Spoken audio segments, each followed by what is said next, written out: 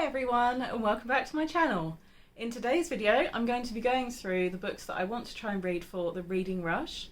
So Reading Rush, if you haven't heard of it, is a reading, sort of a readathon that takes place between the 20th and the 26th of July. I will link down below to the organisers video as it's a fantastic video and it goes through what the Reading Rush is all about and how you can sign up. But basically the idea is that any book counts as long as it's a book. So whether that's graphic novels or manga or anything like that. And the aim is just to try and read just as much as possible in that 1 week. The organisers have set 7 prompts that you can also follow along with if you want to, but obviously you don't have to, you can just read whatever. But I thought it would be really fun to try and read through some of these prompts, especially because I have a massive TBR and I thought this would be quite a good way of focusing me to read some of those. Especially because I find that at the moment my list of books to read is so long that often I just can't decide what to read. And then I buy more books because why not? So here are the prompts. Several of these books will work for multiple prompts, which is partly why I've chosen them. So if I don't manage to read all of them, hopefully I can tick off a few. But my aim is to read 1 book for each prompt and try and avoid having, if I can, to try and avoid having books that cover, like say 1 book that covers 3, because where's the fun in that? And I read fast. I can probably just about manage 7 books in a week, but who knows? So here are the books. So the first prompt is to read a book with a cover that matches your birthstone. I was born on the 20th of December, and so there are 3 different birthstones for December. All of them are like a blue colour or a turquoise. For this one I have chosen The Court of Miracles, and also this has these lovely blue sprayed edges as well, so I think that should get bonus points because it is extra blue.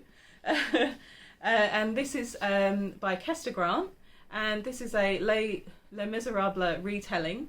So I bought this a little while ago from Waterstones, partly because of the cover but also because it sounded really interesting.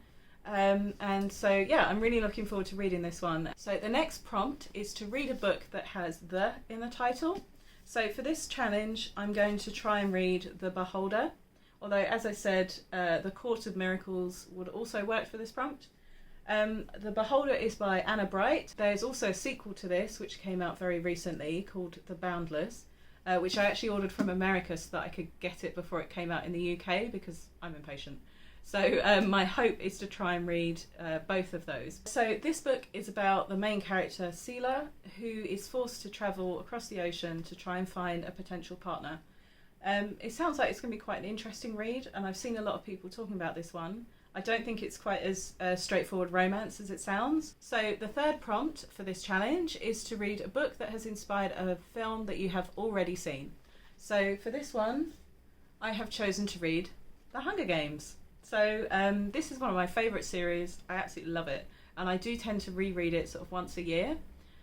Suzanne Collins recently came out with a new book, which is a prequel to the 3 Hunger Games trilogy, called A Ballad of Songbirds and Snakes, which is a bit of a mouthful. But I bought that recently, obviously, and I really wanted to read that. But I thought it would be fun to reread the Hunger Games books first, just so that I can refresh my memory a bit on what happens, and then I'm all geared up for the new one. As you can see, I have the really nice foiled edition of these books as well, which I bought secondhand, so they're ex-library copies. I didn't steal them, I promise. But yeah, so I'm really looking forward to rereading these, and obviously I really love the films as well, especially because they're I think the films are a really close retelling of these books. So the fourth prompt for the Reading Rush is to read the first book that you touch. So I've seen a few people interpret this one in slightly different ways, but the way that I've decided to do it is that last month I decided I was going to take part in the 20 Books of Summer, which is basically a challenge to try and read 20 books between June, July and August. But obviously, with it being me, as always, I decided 20 books, that's not enough. I'm going to try and read 40 that are just for me to read, not part of book tours or like that I've been sent to review, because I guess I'm a bit crazy. So, and as part of that, I created a graphic which had them all printed out. I thought this was the fairest way of doing it then for this prompt, is and to try and get through some of these books, because it is a really, I don't know what I was thinking, I have regrets.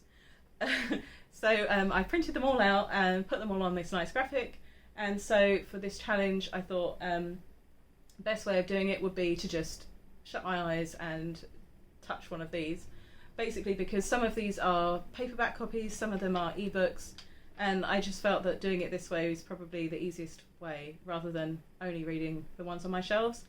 And also, like, I'm lazy, I can't be bothered to pull them all out. So here's the close-up of those books.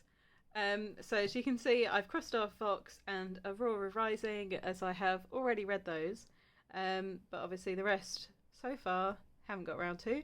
So you're just going to have to trust that I have shut my eyes and that I am then just going to pick one. So here we go. So the next book that I'm going to read is, for this prompt, is The Children of Blood and Bone. So the next prompt is to read a book completely outside of your house. Obviously when the organisers came up with these prompts, that was before a pandemic.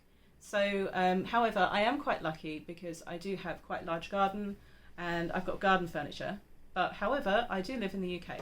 So chances are very high that, like today, it will be raining and it will be cold for the whole week, and I ain't going to go outside. I will give it a fair go. If the weather's nice, I will try and sit outside and read in the garden. However, if that isn't possible, which, yeah, looking outside is pretty likely, what I've decided instead I will do is cheat. So if the weather's bad, or even if I just don't feel like going outside, then I will sit and read in the spare room instead as my equivalent of outside.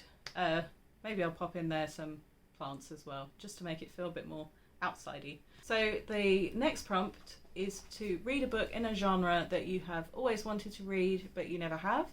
So for this one, I have chosen to read An American Tragedy. So this is like a modern classic. It's a book that was bought for me like a few years back by my friend Tom, and I've never read it, and I feel really guilty that I haven't read it.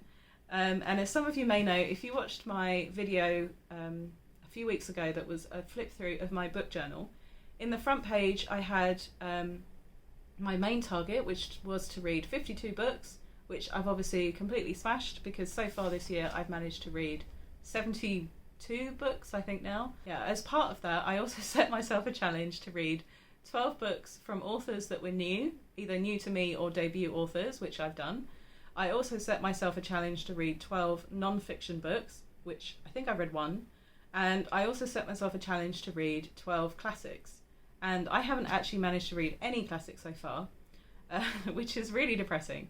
I did manage to get halfway through reading Les Miserables, but I haven't actually finished it yet, and that was a few months ago, so when I do restart, I'm probably going to start from the beginning. And it sounds really interesting as well. It's also the book that inspired the film A Place in the Sun, starring Elizabeth Taylor, so it does also work for the film prompt as well. The final prompt for this challenge is to read a book that takes place on a continent that is different to the one that you live on. So recently I watched the TV series, or the new TV series made by the BBC, of The Luminaries, and I guess basically like everybody else in the UK, I then rushed out and tried to buy the book. Much like most people in the UK, I also found it really hard to grab a copy, because I think everyone did the same thing. But I did manage to eventually find a second-hand copy that I'm really looking forward to reading. I really enjoyed the TV series, and I'm not really someone who watches television or TV shows, but I watched the first episode live on BBC, and then I had to watch the rest on iPlayer because I loved it. So I'm really looking forward to read the book, because as we all know, the book is always better. This book takes place in 1866 and it's in the Gold Rush era. And so it's in New Zealand, as I said. So as I live in the UK, this is totally opposite side of the world to me.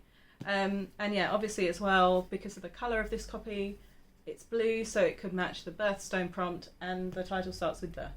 It is a very chunky book. It's over 800 pages. So I'm not sure whether I will actually manage to get through this, because even for me that's probably going to be a stretch, but who knows, I'm going to give it my best shot. So, and yeah, I'm really looking forward to reading it, and so I hope I at least manage to read part of this book. So those are the books that I'm going to try and read for the Reading Rush this year. It's the first time I'll have taken part in this event, and I'm really looking forward to it. I have booked some time off work as well, so I can get extra reading done. So if you managed to get this far on the video, then thank you so much for watching. Please give this video a thumbs up if you liked it, and I would also love to hear in the comments below what books you're planning to read for the Reading Rush. Thank you again for watching, and I'll see you in my next video. Bye for now.